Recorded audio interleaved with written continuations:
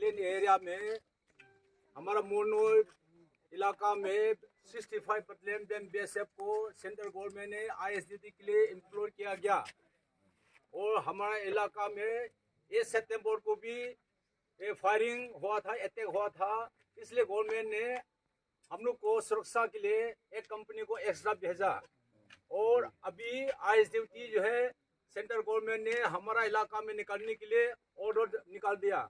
इसलिए हमारा इलाका लोकल लोग सब मिल करके हमारा 65 बटालियन BSF कंपनी को जाना नहीं देंगे, जाना नहीं देंगे, जाना नहीं देंगे, नहीं देंगे, नहीं देंगे, जाना नहीं देंगे।